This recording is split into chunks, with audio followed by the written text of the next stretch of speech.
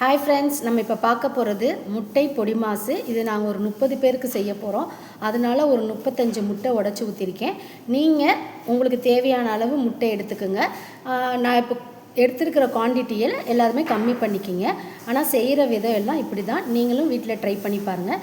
எப்படி செய்யலான்னு பார்க்கலாம் வாங்க. அதுக்கு தேவையான பொருட்கள்: முட்டை உடச்சி ஊற்றிருக்கேன், தக்காளி, வெங்காயம், கரம் மசாலா தூள், மிளகாத்தூள், ஜீரகத்தூள், மிளகுத்தூள், மஞ்சத்தூள், சோம்புத்தூள்.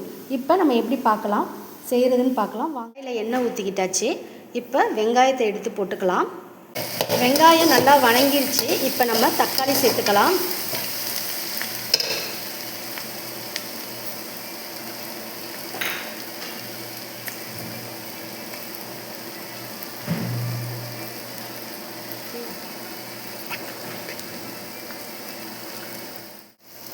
தக்காளி சேர்த்துட்டாச்சு.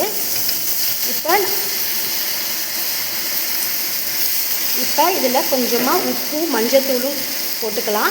அப்போ தான் சீக்கிரமாக தக்காளி வணங்கும். சுருள நல்லா கிண்டியாச்சு. இப்போ நம்ம எடுத்து வச்சுருக்கிற முட்டையை இதில்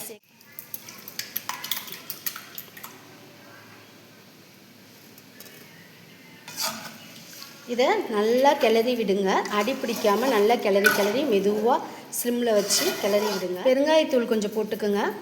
இதில் பூண்டும் தட்டி நம்ம போட்டுக்கலாம். நான் சேர்க்கலை பூண்டு, நீங்கள் வேணும்னா சேர்த்துக்குங்க.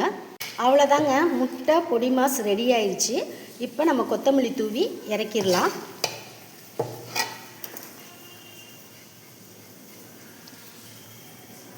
அவ்வளோதாங்க. நீங்களும் உங்கள் வீட்டில் ட்ரை பண்ணி பார்த்துட்டு எப்படி இருக்குன்னு கமெண்ட் பண்ணுங்கள். பாய்.